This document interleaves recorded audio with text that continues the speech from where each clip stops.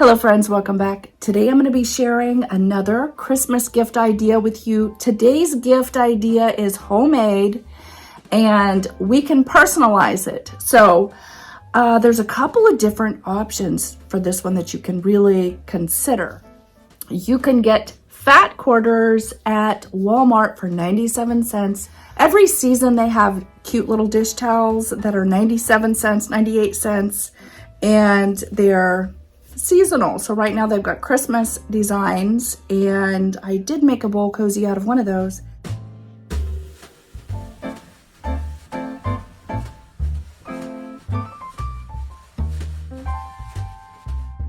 But if you don't want it to be for just Christmas, you want it to be for year-round, then the fat quarters are really a good idea. You can get two, a front and a back, or a front or back for two cozies from one fat quarter. So this is how big the fat quarters are, and I'll have all the measurements down below in the description box.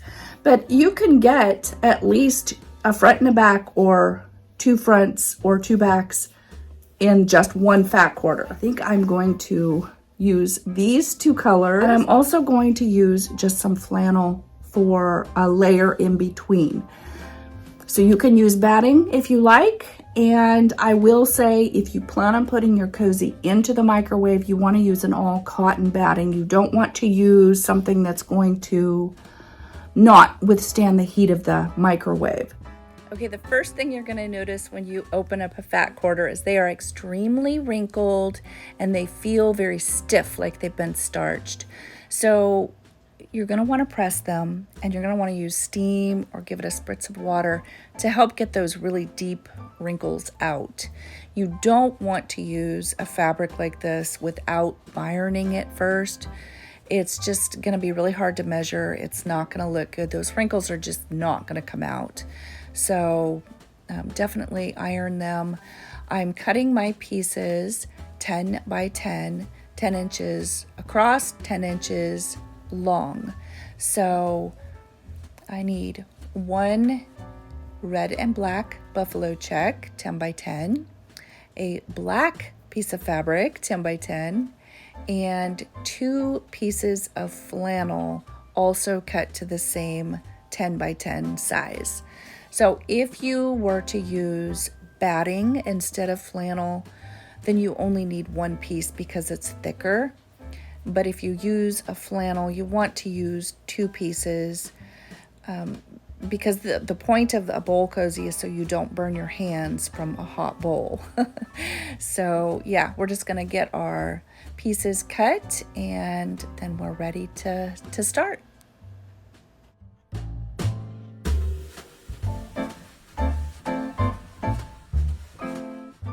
Okay, so we have two pieces of flannel cut, one black piece and one red and black buffalo check. So we want to add one piece of flannel to each of the colored fabrics, the back side of them. So not the pretty side, but the back side. So you've got your pieces done. Next, we're going to go ahead and put an X. Just draw a line from corner to corner on the flannel side of both of these. The flannel is going to be the inside, so you're not going to see these lines in it. So just from corner to corner, this is just going to help you sew a straighter line, and that's what we're going to do. We're just going to go ahead and sew right down those lines and create a big X, and that is attaching that flannel to your fabric.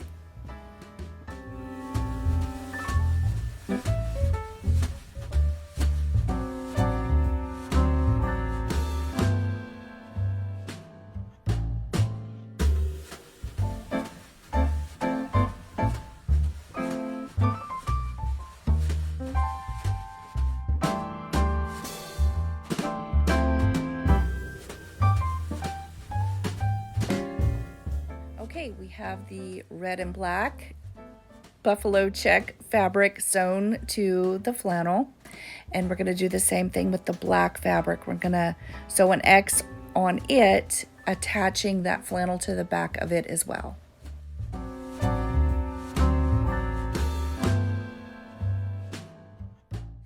Okay, that was quick, right? Okay, so next all we have to do is fold this in half.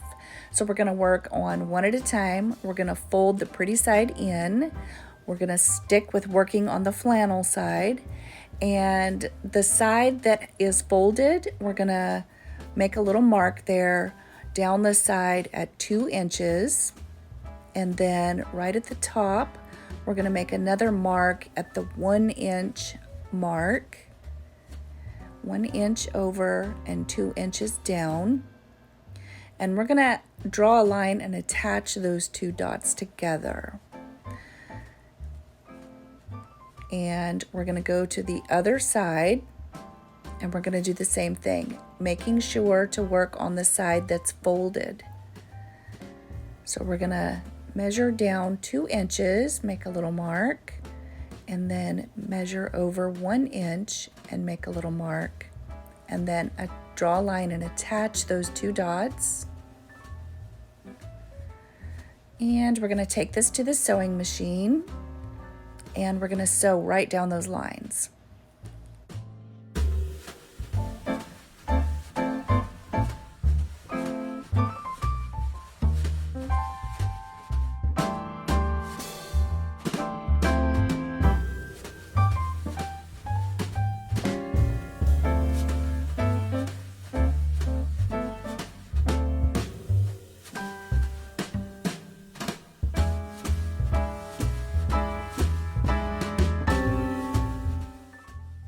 Okay, so now we're going to just cut that little piece off the end, making sure not to cut in your line that you've just sewn, but just right on the very edge of it. Just cut that little corner off. You don't need it.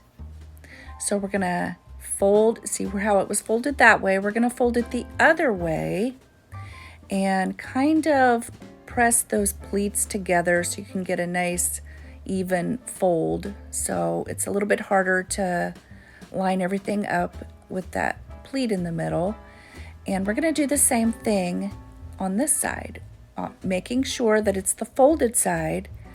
We're gonna measure down 2 inches and make a mark, and over the top just 1 inch, connect those dots, and do the same thing on the folded side of the fabric.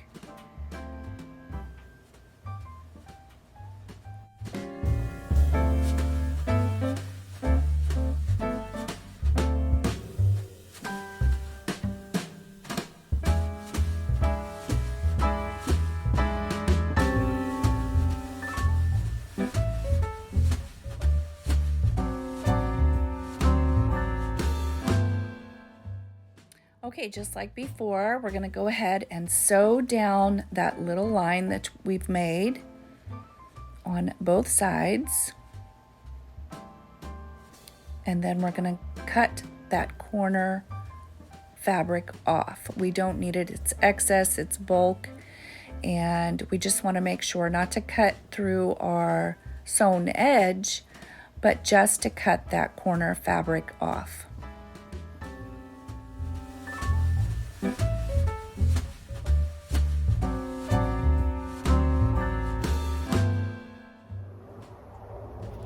Okay, so as you can see, we have a bowl shape now. Those darts have created a nice little place for your bowl to rest. So we're actually going to do the same thing to the black side. Okay, we're gonna do the same thing to this one, working on the flannel side so we don't see our marks. And we are going to make sure to work on the folded edge, 2 inches down, 1 inch across the top, connect the lines and sew them, and then make sure and cut that corner edge off. It's not needed. So once we get those done, we're ready to move on.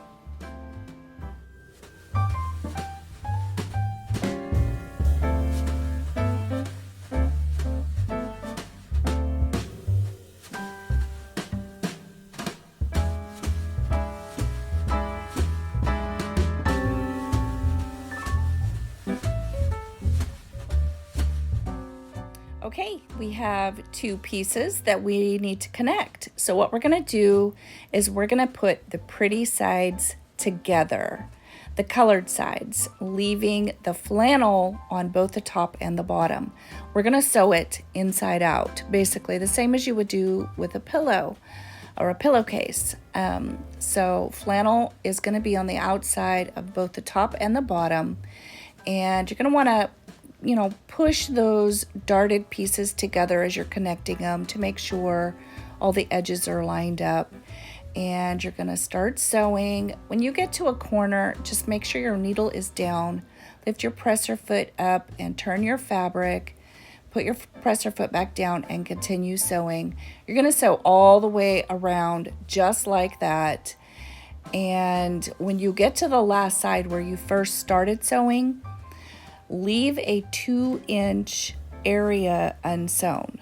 So before you get to the part where you started sewing, stop 2 inches before you get to that area. So you're going to need a space to turn it inside or right side out again. So just, make sure and leave about a 2-inch space unsewn.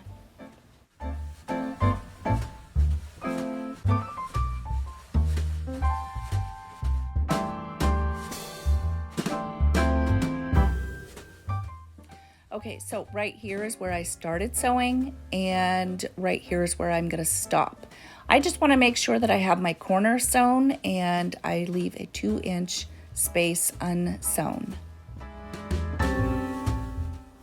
I just want a little small opening where I'm going to flip this right side out, just like making like a pillowcase. I'm going to flip it out, and you want to make sure and push those corners out as you go, and you could use like a pin or a needle, whatever you need to push those little corners out. I just do it while I'm at each corner. I just kind of pull all the corners out and do that first, and then I just pull the rest of it through.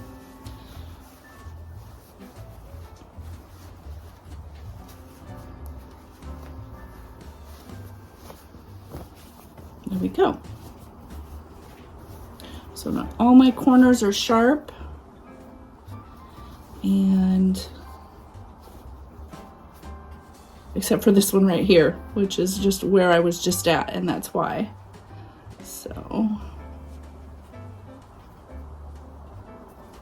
So that's actually where I'm gonna start, right here where I haven't sewn yet.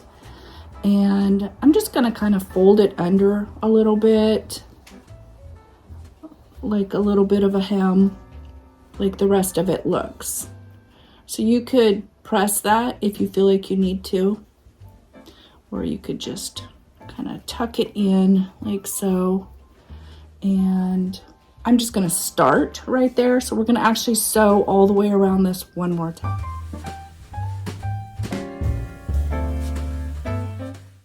Okay, so just like before, when you get to a corner, go ahead and lift up your presser foot, making sure your needle is down.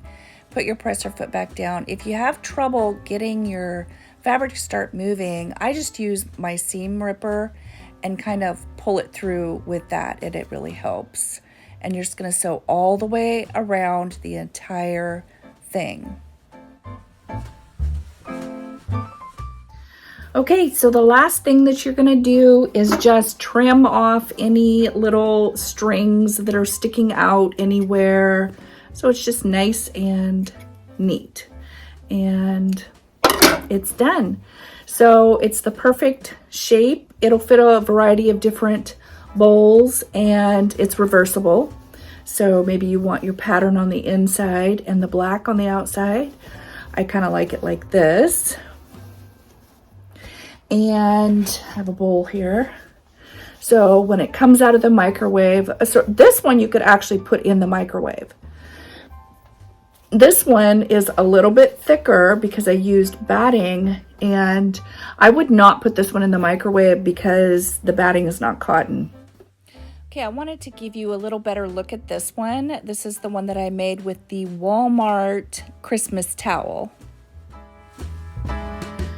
But if I were to put this in the microwave, I can pick it up by these little handles.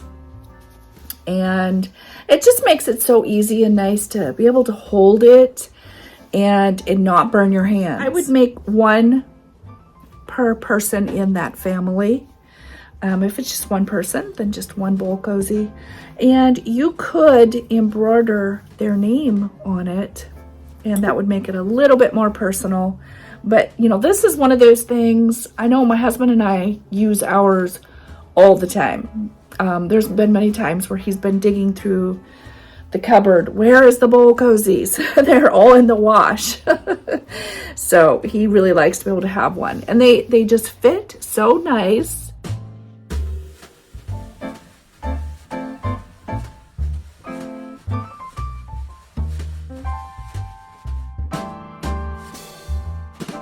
Okay, I have a basket here that I'm going to use to pack up my Christmas gift. Now, keep in mind, I am not making an elaborate gift. It's not about stuff. It's about the thoughtfulness of a homemade gift.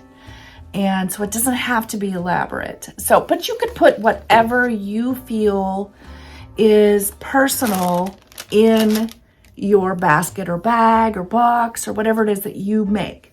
So I've got my 2 bowl cozies, and like I said, they're reversible.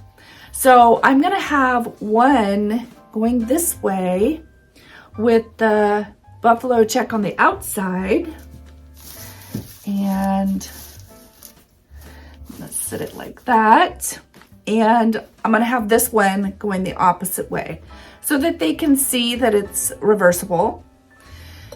And I'm also gonna add 2 bowls. So I'm gonna add one here and one here. Look at that. And I'm gonna add my Pioneer Friendship soup in a jar. This is a dehydrated soup. All you have to do is add hot water. These make great gifts. So when it comes time for me to really package this up, so that I'm just showing you an example here, I'm probably going to decorate the lid of the jar as well. I have lots of fabric that I can use. I can put a little batting in there if I wanted, or just lay a little piece of fabric over it, wrap a little string around it. It's so cute. You could add the recipe if you wanted. But yeah, the soup in the jar, they're so easy and so delicious. Like I said, all they have to do is add hot water and they've got a delicious soup. So I'm gonna add one of those. People love getting the soup in the jar as gifts. And I'm also gonna add, this might sound strange, but I'm gonna add a package of crackers to it because a lot of people in my family at least, really like to eat their soup with crackers. So, depends on the soup with me. Sometimes I like crackers, sometimes I like biscuits. So I'm gonna add a package of crackers. Let's see, maybe like that. So I'm just gonna add some candy just for an idea. Now, when it comes time for me to actually put something like this together, I'm probably going to package some homemade cookies or something to go in it as well. So I'm gonna use candy just as an example for you. So I'm gonna add some candy. I'm gonna add a Christmas tree ornament, and this one came from the Dollar Tree. So I'm using a Dollar Tree ornament just to show you it doesn't have to be elaborate. It's got the buffalo check and matches, so it's perfect. And I'll stick that right back there. I'm also gonna add napkins. So I got my napkins at Walmart last year, and I think it was a 4-pack. I'm using 2 napkins because I'm using 2 bowls, 2 bowl cozies. I'm just gonna add a couple of napkin rings around here. We'll add a couple of napkins in here. One says joy, the other one says Mary. And I think I'm going to use both of the green because the red would match a little too much. And I'm going to add just a little bit of faux greenery just for looks. Let's see, how about right here? So you could add as much as you like. Like I said, maybe you wanted to add some homemade cookies or brownies or fudge. Maybe you wanted to add some homemade biscuits or you know, whatever it is that you like to, maybe like a loaf of bread that you've made to go with the soup. That would be so perfect. So I am just going to wrap some plastic around this and add some ribbon, and it is good to go. It doesn't have to be elaborate, like I said. Bowl cozies are unbelievably easy to make, and it is something that people will use all year and find themselves reaching for when they go to the kitchen. I hope you got some good ideas from this.